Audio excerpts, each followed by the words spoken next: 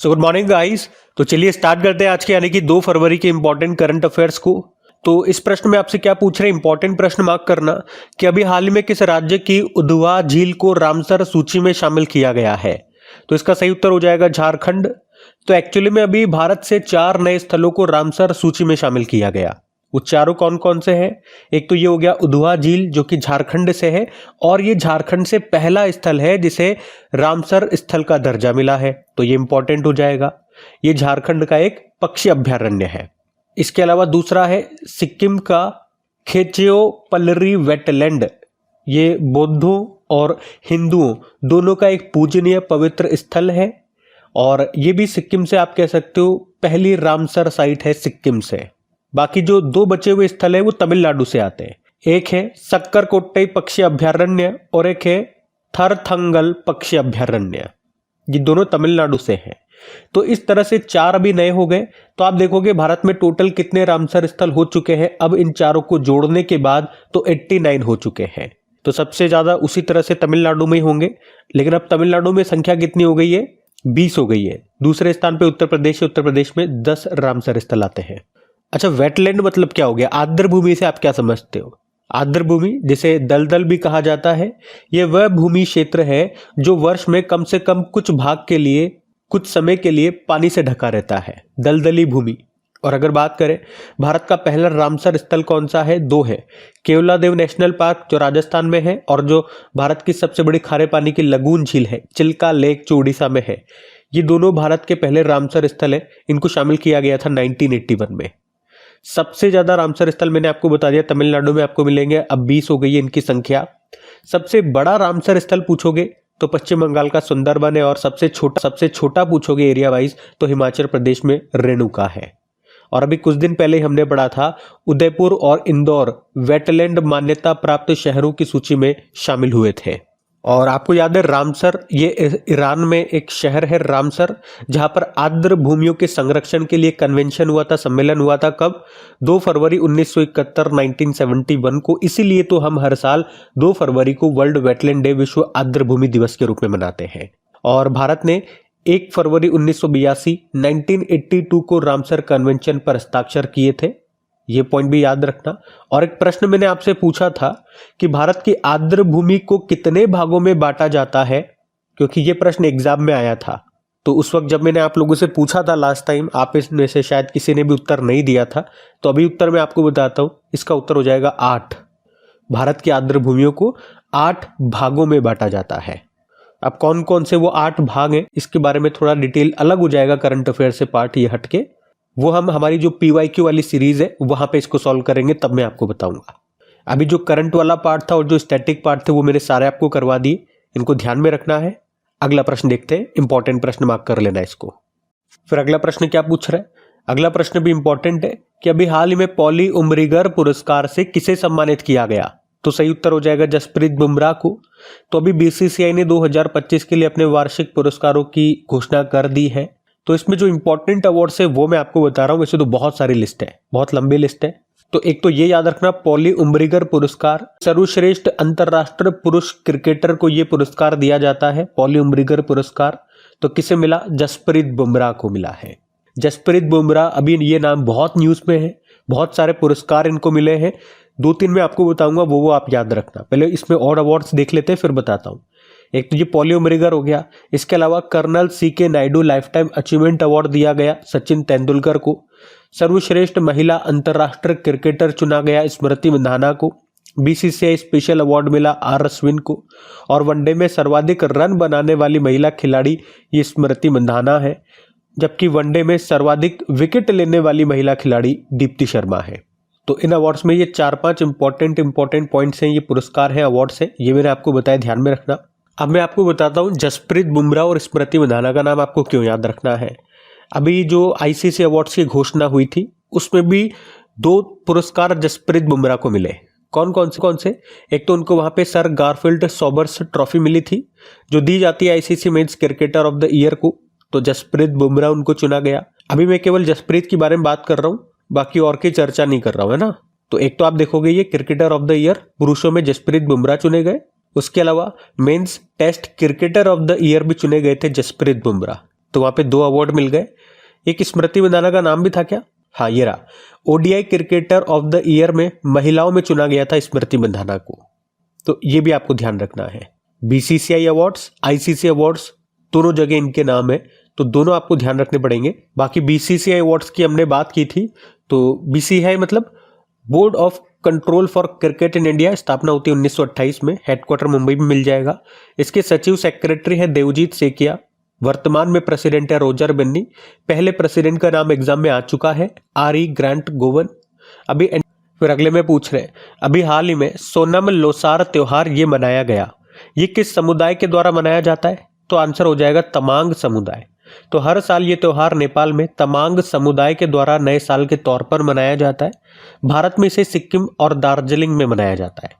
तो हिंदू कैलेंडर के अनुसार इसे मेघ शुक्ल प्रतिपदा में मनाया जाता है, जो आमतौर पर जनवरी या फरवरी में आता है। तो ये जो त्योहार है फसल कटाई के बाद होता है। क्या नाम है? सोनम लोसार फेस्टिवल, याद रखेंगे। भारत और नेपाल दोनों जगह मनाया जाता है इसको। भारत में बात करोगे तो सिक्किम और दार्जिलिंग क्षेत्र में। फिर अगले में पूछ रहे हैं कि अभी मार्च 2025 में ब्रिक्स युवा उद्यमिता सम्मेलन की मेजबानी कौन सा देश करेगा? तो सही उत्तर हो जाएगा भारत। तो भारत ये 3 से लेकर 7 मार्च 2025 तक ब्रिक्स युवा परिषद उद्यमिता कार्य समूह की बैठक की मेजबानी करेगा, जिसमें सतत विकास के लिए युवा उद्यमिता पर ध्यान केंद्रित किया जाएगा।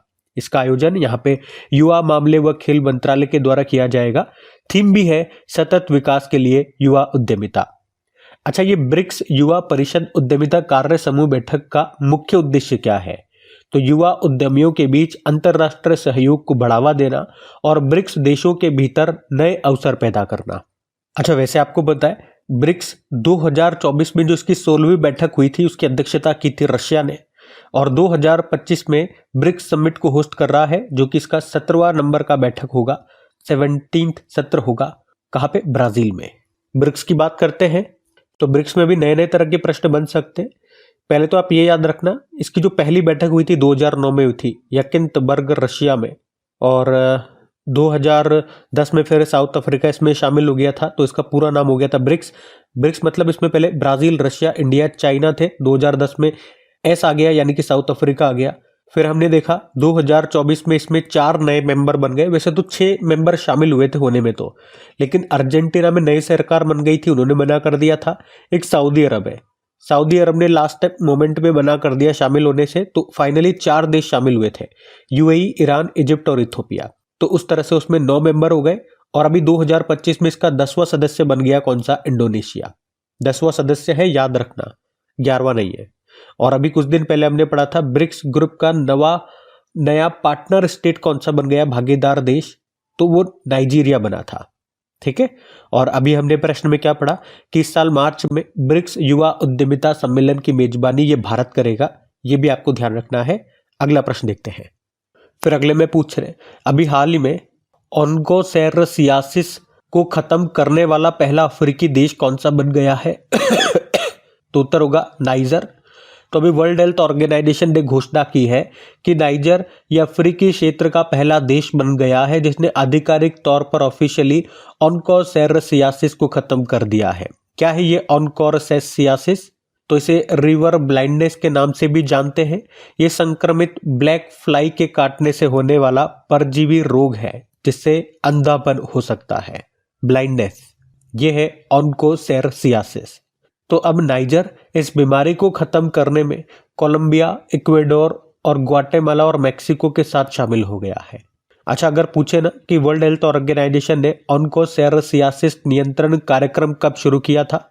1976 में। किससे होता है ये? मैंने आपको बताया, संक्रमित ब्लैक फ्लाई के काटने से होता है। अभी याद हो तो हमने कुछ दिन पहले ही पढ़ा था, जॉर्जिया ये मलेरिया मुक्त हो गया है।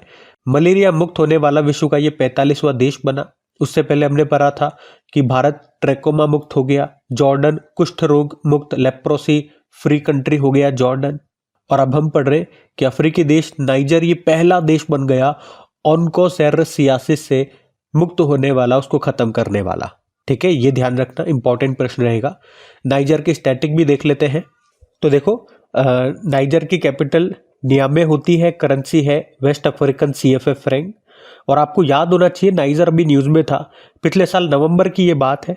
मोदी जी को नाइजर का सर्वोच्च सम्मान मिला था, जिसको कहते हैं grand commander of the order of niger. ठीक है, तो ध्यान में रखना ये। अगला प्रश्न देखते हैं। फिर अगले में पूछ रहे कि हाल ही में भारतीय रेलवे ने रेलवे सेवाओं को एक ही प्लेटफॉर्म पर एकीकृत करने के लिए अभी कौन सा ऐप लॉन्च किया है? तो सही उत्तर हो जाएगा स्वरेल। तो अभी रेल मंत्रालय ने कई रेलवे सेवाओं को एक ही प्लेटफॉर्म पर उपलब्ध कराने के लिए स्वरेल सुपर एप्लीकेशन को लॉन्च किया है। तो यहां पर आपको जितनी भी रेलवे सेवाएं हैं, रेलवे सर्विसेज है, वो एक ही प्लेटफॉर्म पर उपलब्ध हो जाएगी। आपको अलग अलग एप्लीकेशन को डाउनलोड करने की जरूरत नहीं होगी। मतलब इस एक ही एप्लीकेशन में टिकट बुकिंग आप कर पाओगे, पीएनआर की जानकारी मिल जाएगी, भोजन ऑर्डर कर पाओगे, प्लेटफॉर्म टिकट बुक कर पाओगे, शिकायत दर्ज करनी है तो वो आप कर पाओगे। मतलब कई सारी सुविधाएं जो आपको अलग अलग एप्लीकेशन में मिलती थी, अब उन सबको इंटीग्रेट कर दिया, एकीकृत कर दिया और इस एक ही एप्लीकेशन में डाल दिया गया। यह है स्वरेल सुपर ऐप। तो ये आपको याद रखना है। फिर अगले में पूछ रहे कि 2025-26 के बजट में किस मंत्रालय को सबसे अधिक बजट आवंटन प्राप्त हुआ है? तो आंसर हो जाएगा वित्त मंत्रालय को। तो 2025-26 के बजट में वित्त मंत्रालय को सबसे अधिक कितना 19,39,001.26 करोड़ रुपए का आवंटन प्राप्त हुआ है। अभी कल हमारी वित्त मंत्री निर्मला सीतारमण जी ने 2025-26 के लिए बजट पेश किया और ये उनका लगातार 8वां बजट है। वैसे आप जानते हो सबसे ज्यादा बजट पेश करने वाले कौन है? मोरारजी देसाई है। 10 बार उन्होंने प्रस्तुत किया, हालांकि लगातार नहीं किया लेकिन टोटल 10 बार किया। तो ये भी एक तरह का अचीवमेंट है कि निर्मला सीतारमण जी ने कुछ नहीं तो सही लगातार 8 बार इन्होंने बजट प्रस्तुत किया है। और इस बार के बजट की थीम क्या थी? सबका विकास। वैसे बीजेपी का ये नारा ही रहा है, सबका साथ सबका विकास। तो उसी का एक हिस्सा लेकर के इन्होंने इस बार के बजट की थीम बना दी सबका विकास। कुछ पॉइंट्स अभी तो मैं यहाँ पे बता देता हूँ। जैसे कि अगर इस बार के बजट में हम बात करेंगे तो कुल प्राप्तियां की कितनी बात हुई है, ये उधार के अलावा है। तो ये बताया गया 34.96 लाख करोड़ रुपए। कुल व्यय एक्सपेंडिचर कितना हो सकता है? 50.65 लाख करोड़ रुपए। भाई ये बजट अगले वित्त वर्ष का है, 2025-26 का है, जो कि 1 अप्रैल से शुरू होगा और अगले 31 मार्च तक चलेगा। तो उसके लिए बातचीतें हो रही है, भाई इतना हमारे पास आएगा, इतना हम खर्च करेंगे। तो ये अनुमानित होता है। और इसमें बताया गया टैक्स के रूप में कितना प्राप्त होगा सरकार को? 28.37 लाख करोड़ रुपए। राजकोषीय घाटा, फिस्कल डेफिसिट, ये जीडीपी का कितने तक लेकर के आना है? तो 4.4% तक लेकर के आना है। और सरकार ने कहा कि हम सकल बाजार से कितना उधार लेंगे? 14.82 लाख करोड़ रुपए। और सबसे इंपॉर्टेंट जो इस बार के बजट का जो पॉइंट रहा था, बिंदु रहा था, जो सबसे ज्यादा चर्चा में रहा, वो था इस बार 12 लाख रुपए तक की इनकम पर कोई टैक्स नहीं देना है। अगर आप 12 लाख रुपए कमाते हो साल का तो आपको 1 रुपया टैक्स नहीं देना है। हालांकि जो नौकरी पेशा वाले लोग हैं उनके लिए 12.75 लाख है।